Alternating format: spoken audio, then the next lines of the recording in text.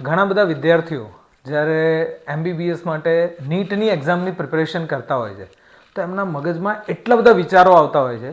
2 વર્ષની મહેનત, અત્યારે તો 5 વર્ષ ફાઉન્ડેશન કોર્સ સાથે થતા હોય છે. આટલી બધી મહેનત કર્યા પછી પણ જો હાઈ ફીઝ અને લેસ સીટના કારણે જો ઇન્ડિયામાં એમબીબીએસનું એનું સપનું પૂરું ના થાય ત્યારે હંમેશા એ લોકો જ્યારે ગૂગલ ઉપર સર્ચ કરે તો પહેલી કંપની આવે મેકિંગ ડૉક્ટર્સ ઓર્ગેનાઇઝેશન.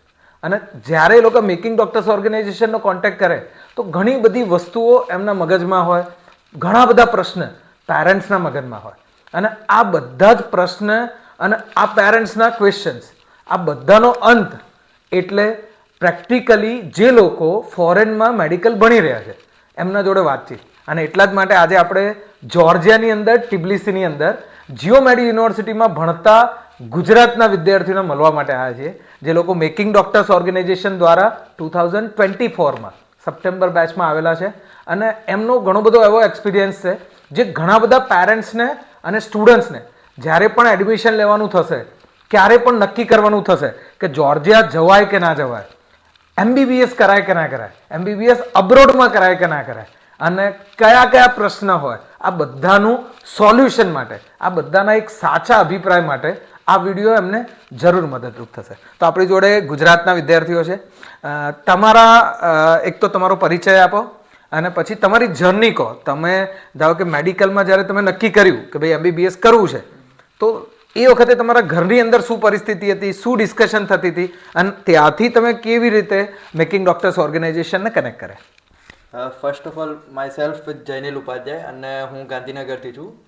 હું મારું જ્યારે 12th પત્યું ત્યારે મારો પ્લાન તો હતો કે અબ્રોડ જવું છે, બટ અબ્રોડ કયા ફિલ્ડમાં જવું એ મને આઈડિયા નથી. ફર્સ્ટ ઓફ ઓલ તો હું મારું કેનેડાનું વિચારી રહ્યો હતો કે ત્યાં ઇઝીલી પીઆર થવાતું હોય છે તો ત્યાં ઇઝીલી સેટલ થવાય, મતલબ આમ જલ્દી ઓછા ટાઈમમાં સેટલ થવાય. બટ જ્યારે હું ઉમંગ સરને મળ્યો ત્યારે એમણે એવું કીધું કે જો તું કેનેડામાં નર્સિંગ માટે વિચારતો હોય તો એના કરતાં તું અહીંયા જોર્જિયામાં એમબીબીએસનું વિચાર. તો એક એ પોઈન્ટ ઓફ વ્યૂથી મારી જર્ની આખી ટર્ન થઈ અને હું અત્યારે એક નર્સની જગ્યાએ અત્યારે એક ડૉક્ટર બની રહ્યો છું. એક્સેલન્ટ. સેમ, તારી જર્ની કે? મારું નામ ધ્વનિત પટેલ છે.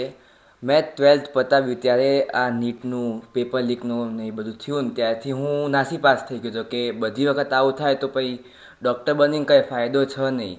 તો ઓલમોસ્ટ મેં ડૉક્ટરી કરવાનું છોડી દીધું હતું. પણ પપ્પાએ કીધું કે એમડીઓ કરીને એક સંસ્થા છે જે અબ્રોડ મોકલીને બધાને ડૉક્ટર બનાવે છે, ત્યાં હું ઉમંગ સરને મળ્યો ને એમને મને કીધું કે આ બધા કરતાં બહાર જઈને તું ડૉક્ટર બનીશ તો તારા પર વધારે સ્કોપ પણ રહેશે અને તારી ડૉક્ટર બનવાનો સપનો પણ પૂરો થશે.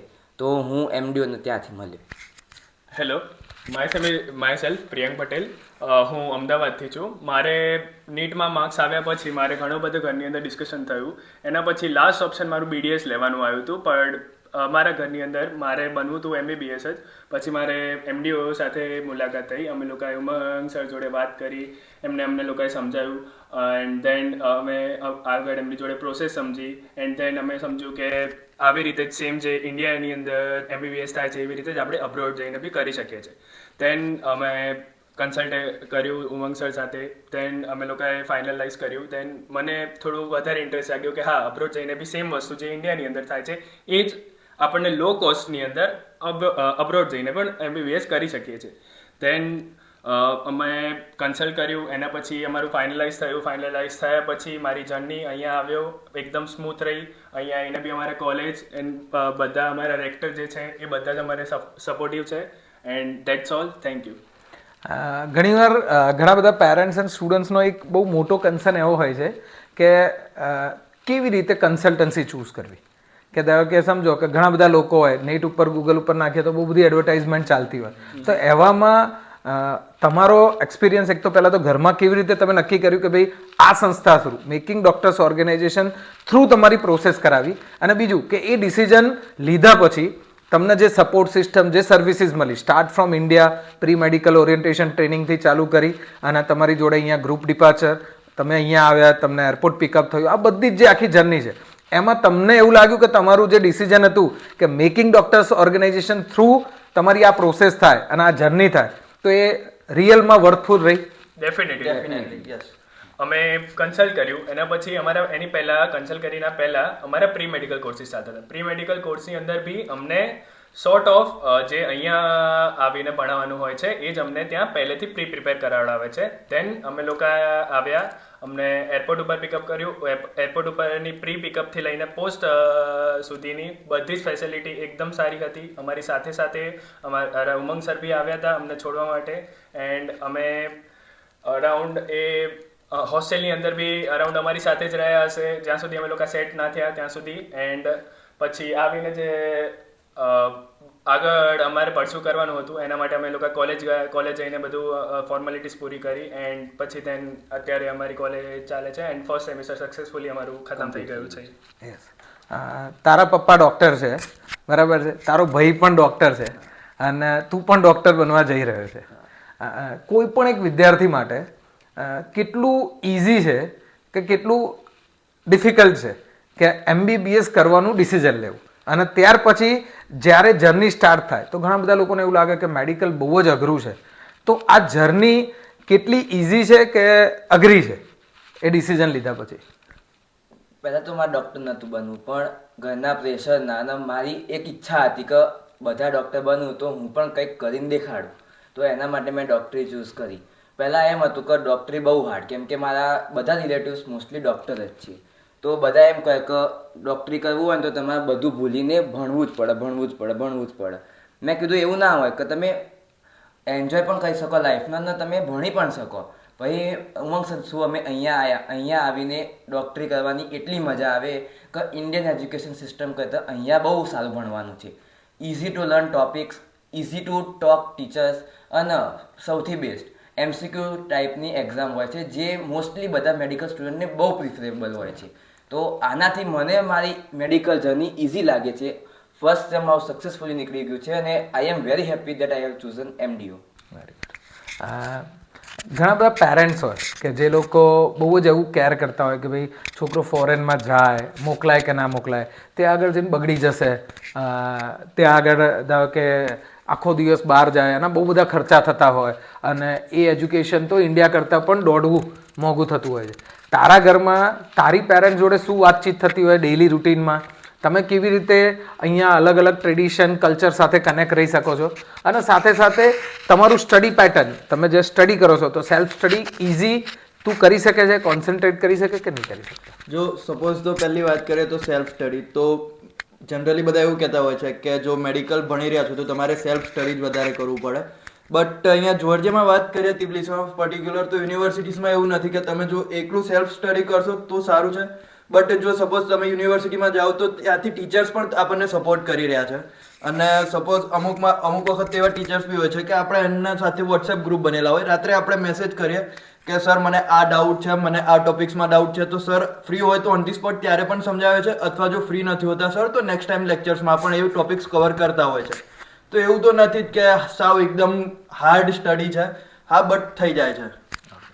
નાઉ બહુ બધા સ્ટુડન્ટ્સ એન્ડ પેરેન્ટ્સ જે લોકો 2025માં 4મી મે નીટ આપી રહ્યા છે, એમના મગજમાં એવું છે ક્યાંક ને ક્યાંક આટલી બધી મહેનત કર્યા પછી જો મારા માર્ક 450થી ઓછા આવ્યા કાં તો 500 માર્કથી ઓછા આવ્યા, મને ગવર્મેન્ટ કોલેજમાં એડમિશન ના મળ્યું, કાં તો મને મારા બજેટની, કારણ કે અત્યારે તો જીમર્સ કોલેજની ફીસ પણ વધી ગઈ છે, પ્રાઇવેટ મેડિકલ કોલેજની ફીસ બહુ જ હાઈ થઈ ગઈ છે, તો મને જો મારા બજેટમાં એડમિશન ના મળ્યું તો મારે શું કરવું જોઈએ? મારે MBBS કરવું જોઈએ કે ના કરવું જોઈએ, કે અધર પ્રોગ્રામ કરવા જોઈએ, અને અબ્રોડમાં કરવું જોઈએ તો અબ્રોડમાં કઈ સંસ્થા દ્વારા અને કઈ કન્ટ્રીમાં એ પ્રિફરેબલ હોય, એના માટે તમારા પોતાનો ઓપિનિયન ત્રણેના શું?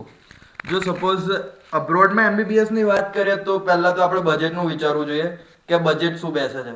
જો લો બજેટ હોય તો રશિયા બી ચૂઝ કરી શકાય, એનાથી થોડું વધારે બજેટ હોય, અને જો સપોઝ યુરોપિયન સ્ટાઇલ તમારે એજ્યુકેશન જોઈતું હોય, US બેઝડ એજ્યુકેશન જોઈતું હોય તો જોર્જિયા પ્રિફર કરી શકાય. બટ હા, એટલું બધું કાંઈ ડિફિકલ્ટ નથી, થઈ જતું હોય છે. પહેલાં બહાર જવું હોય તો મમ્મી પપ્પા પહેલાં એ જ વિચારે કે છોકરાની સેફટી ત્યાં છે કે નહીં. તો જોર્જિયા જે મેં ચૂઝ કર્યું એમાં સેફટીનું પૂરું ધ્યાન રાખવામાં આવે છે. અમારા અહીંયા ધવલ સર કરીને રેક્ટર છે, એ અમારી સેફટીનું પૂરું ધ્યાન રાખે, અને ક્યારે પણ અમને એવું નથી લાગવા દેતા કે અમે બીજી કોઈ કન્ટ્રીમાં ગયા હોય. અહીંયા એવું જ લાગે કે તમે પોતાના ભાઈઓ સાથે અને પોતાની બહેનો સાથે જ રહો છો. તો this is the best country for MBBS from my opinion. So first of all વાત રહી જોર્જિયાની, તો જોર્જિયાની અંદર હમણાં જ મેં વાંચ્યું હતું ગૂગલ ઉપર કે Georgia is the 7th safest country in the world. And વાત રહી ધવલભાઈની, તો ધવલભાઈ અમારા માટે એક મોટા ભાઈની જેમ જ છે. અમે અત્યારે અમારું વેકેશન ચાલતું હતું, ત્યારે અમે લોકો રાત્રે ડિનર હોય ત્યારે અમે લોકો ડિનર કર્યા પછી ધવલભાઈ સાથે અમારી મિટિંગ થાય. અમે મિટિંગમાં બેસી અમારી 1 થી 2 કલાક સુધી વાત થાય. અમે ડે ટુ ડે રૂટીન જે હોય એમની જોડે શેર કરીએ, એ અમને શેર કરે. અને second thing, don't be afraid of abroad, કે જે અહીંયા આવીને આપણે ફેસ્ટિવલ્સ શું કહેવાય સેલિબ્રેટ નહીં કરી શકીએ ને એ બધું. જીઓમેડી છે ઓર કોઈ પણ યુનિવર્સિટી છે એની અંદર આપણે પ્રિફરેબલી બધા જ ફેસ્ટિવલ સેલિબ્રેટ કરી છે. અને વાત રહી અહીંયા હોસ્ટેલની અંદર બી બધા જ ફેસ્ટિવલ સેલિબ્રેટ થાય છે. એન્ડ યા સો ઘણી બધી વાતો એવી હતી કે જે પેરેન્ટ્સ જાણવા માંગતા હતા, વિદ્યાર્થીઓ જાણવા માંગે છે. તો હવે તમે નીટના માર્ક્સ એના ઉપરથી તમે તમારું લક્ષ્ય ચેન્જ કરવાની ચિંતા ના કરશો. MBBSનું જો ધ્યેય હોય જીવનમાં તો MBBS શક્ય છે, અને એ પણ તમારા બજેટમાં, with the help of backing doctors organization. તમે અમારા મેડિકલ એજ્યુકેશન એક્સપર્ટનો કોન્ટેક્ટ કરી શકો છો. ઇન્ડિયામાં નહીં પણ અબ્રોડમાં પણ રૂટીનમાં પણ દરેક સ્ટુડન્ટ્સના નાનામાં નાના પ્રશ્નોની ચિંતા કરી, અને એના માટે સારામાં સારા step we are believe in progress. So અમે દરેક વસ્તુ પ્રોગ્રેસિવ થોટ સાથે ડેવલપ કરવાનો પ્રયત્ન કરતા રહ્યા છીએ. એ પછી ખાવાની વાત હોય, ભણવાની વાત હોય, રહેવાની વાત હોય, કલ્ચરલ ફેસ્ટિવલની વાત હોય, કે પછી સેફ્ટી સિક્યોરિટીની વાત હોય, દરેક વસ્તુમાં MDO તમારી સાથે છે. એટલે જ્યારે પણ તમારું ધ્યેય મેડિકલ કરવાનું હોય તો તમે પણ આ લોકોની જેમ તમારા જીવનમાં તમારા બજેટમાં making doctors organization through MBBS doctor બની શકો છો.